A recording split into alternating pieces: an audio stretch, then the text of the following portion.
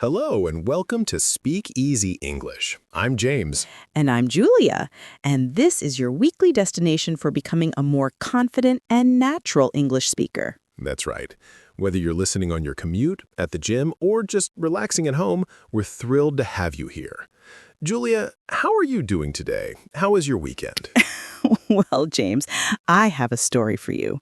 This weekend, I decided to be ambitious and bake a cake from scratch for my nephew's birthday.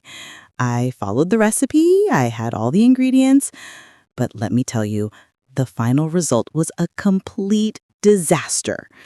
Oh, no. So it was a total flop?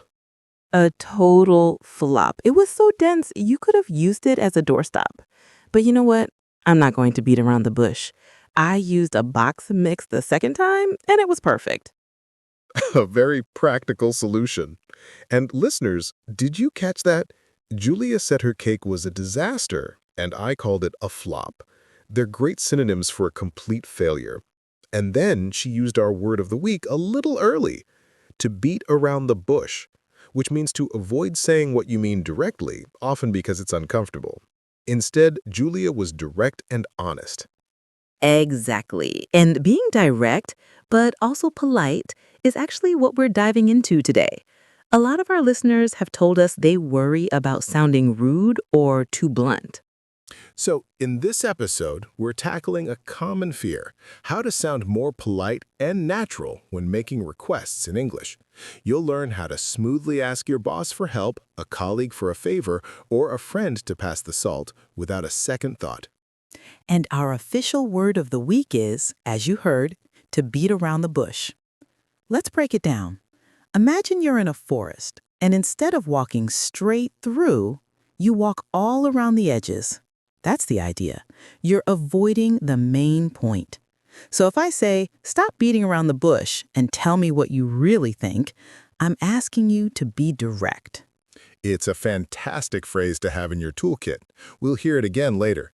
But for now, stick with us, because after the break, we're going to get straight to the point and jump into the main lesson on polite requests. All right, so let's get straight into it. Why does "give me water" sound so abrupt, while "could I possibly have a glass of water" sound so polite? It all comes down to a simple, powerful concept: softening your language. Think of it like turning down the volume on a direct command and turning up the warmth on a friendly question. It's the difference between a pointy finger and an open hand. Exactly, Julia. There are three key ways to soften a request. First, use modal verbs like could, would, or can. They add a layer of possibility and choice. Second, add softening phrases like I was wondering if, or would you mind? These act as a gentle buffer before your main question. And third, use please and thank you generously. Let's hear this in action. Julia, shall we set the scene? Let's do it. Imagine we're in a busy office. I'm swamped with work, and I need your help finishing a report.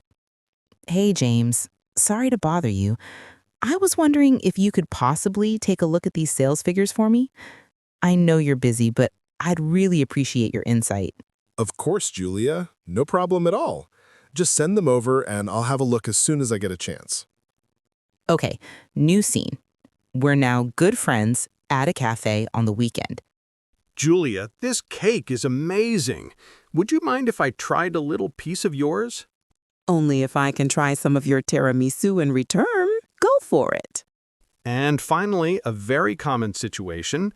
You're a guest at a friend's house for dinner. This roast is delicious, Sarah. Could I possibly trouble you for a little more gravy? Thank you so much. And scene. Okay, listeners, let's break it down. Did you notice the magic words we used? In the office, I started with, I was wondering if you could possibly. This is a super polite three-part buffer. I was wondering shows you're thinking. If makes it hypothetical, and possibly adds a layer of gentle hesitation. It's perfect for formal situations. It's like a verbal cushion. Exactly. Then in the cafe, you used, would you mind? This is fantastic because it directly asks about the other person's comfort. It shows you care about their feelings. And notice the grammar. It's, would you mind if I, followed by the past tense. It's a small detail that makes a huge difference in sounding natural. Great points, Julia. Now, let's flip it and look at some common mistakes and how to fix them. This is so you can avoid these little pitfalls. Mistake number 1, using I want too directly. Saying, I want you to help me sounds like a demand from a child. The fix? Soften it. Turn it into a question.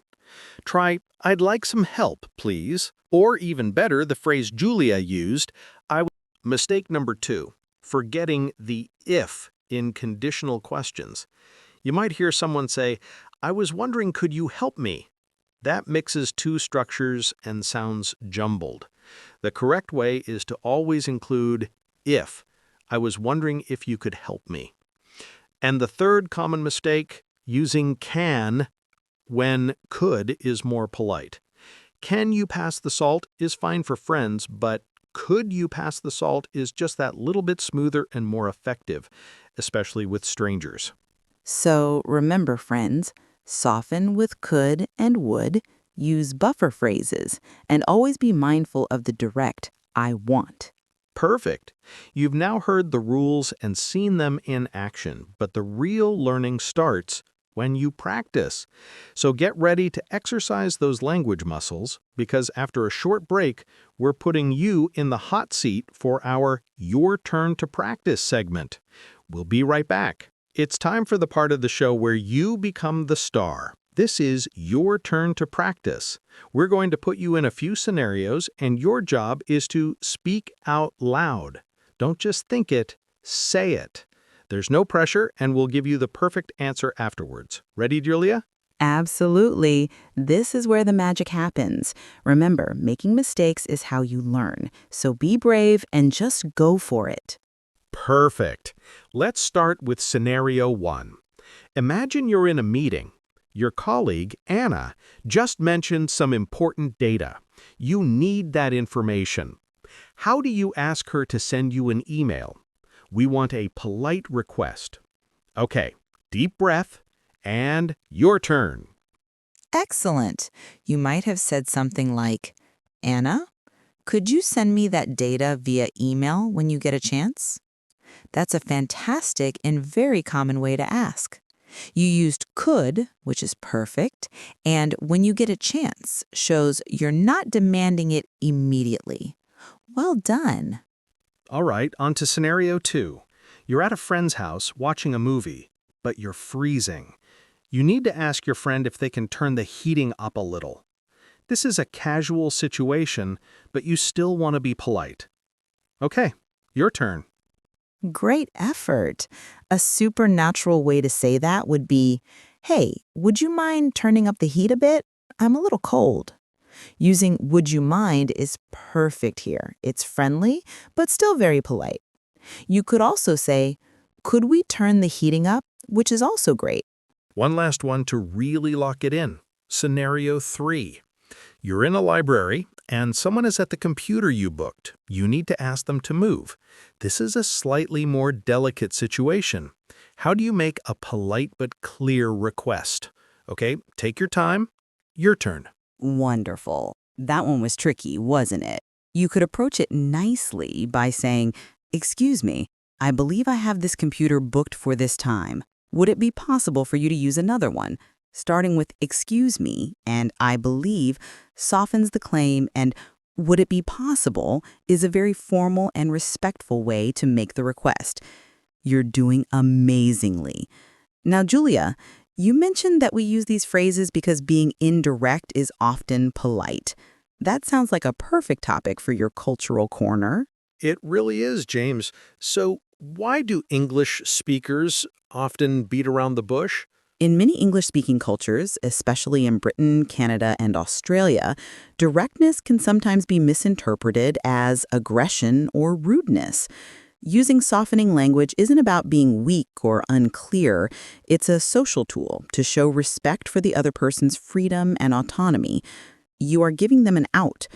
By saying, could you or would you mind, you are technically asking about their ability or willingness, not just giving an order.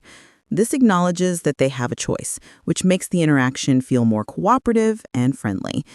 It's the verbal equivalent of holding a door open for someone. That makes so much sense. It's not just about the words, it's about the respectful intention behind them. Precisely. It's the secret code to sounding not just fluent, but also considerate. I love that. And now, to take that from a secret code to a natural habit, it's time for our real-world challenge. This is your mission, should you choose to accept it. This week, I challenge you to use one of our new polite phrases in a real conversation. It doesn't have to be a big, scary moment, maybe with a coworker, a classmate, or even a barista. Your challenge is to use the phrase, "I'd love to." That's a beautiful one. It expresses enthusiasm and makes the other person feel valued. You could say, I'd love to hear your opinion on this in a meeting, or I'd love to try that cafe you recommended to a friend. Exactly. Just once. That's all it takes to start building the habit. We know you can do it. Maybe you can even tell us about it by sending us a message. And just like that, we've reached the end of today's journey into polite English. Julia, that was a fantastic session. Let's do a quick recap and key takeaways so the main points are crystal clear for everyone. Absolutely, James. So today's big idea was all about softening your language to sound more polite and natural. We learned that the key is to move away from direct commands and towards gentle questions. Exactly. Takeaway number 1, use modal verbs like could, would, and can to frame your requests as possibilities, not demands. Remember the difference between give me the report and could you pass me the report? Takeaway number 2, master those brilliant softening phrases that act as a polite buffer. Your new best friends are, I was wondering if, would you mind, and could I possibly? They show respect for the other person's time and feelings. And takeaway number 3, be a detective for common mistakes. Swap the direct, I want you to help me, for the more collaborative, I was wondering if you could help me. That small change transforms the entire tone of the conversation. And we can't forget our fantastic word of the week. Remember, to beat around the bush means to avoid saying something directly, often because it's uncomfortable. So, next time, be brave. Don't beat around the bush. Just ask politely using the tools we practiced today. Wonderful summary. Now, before we go, we have a very special listener shout-out. A big warm thank you to Maria from Brazil, who sent us a brilliant question about the difference between look for and search for. Maria, we loved your question so much that we're going to answer it in an upcoming Q&A special. You listeners are the heart of this show, so please keep sending your brilliant questions and your own real-world challenge success stories to speakeasyenglish@email.com. We read every single one, and we love hearing from you. And speaking of upcoming episodes, get ready for a fun one next week. We're diving headfirst into the wonderfully confusing world of phrasal verbs with get. That's right. Get up, get over, get into, get out of. How can one tiny word do so much? We're going to decode the most common and useful ones so you can finally stop feeling confused and start using them with confidence. It's an episode you won't want to miss, so make sure you're subscribed to the English Boost on your favorite podcast app so it lands in your feed the moment it's released. And that's a wrap for this week.